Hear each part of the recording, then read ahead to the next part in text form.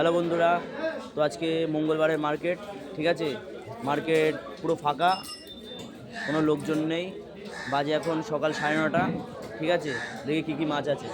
তো এখানে আছে কাতলা মাছ, একদম বড় সাইজের কাতলা, 3-4 কিলো ওয়েট হবে, ঠিক আছে। রুই মাছ আছে, শঙ্কর, কাটা শঙ্কর। শঙ্কর কত করে?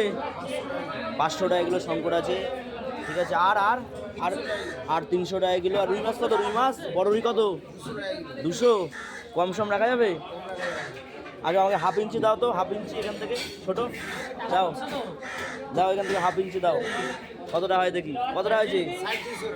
350। 350 কম সম হবে?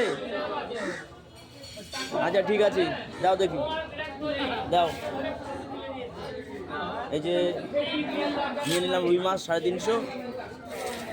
ভালো ভালো করে পিস করো। ভালো ভালো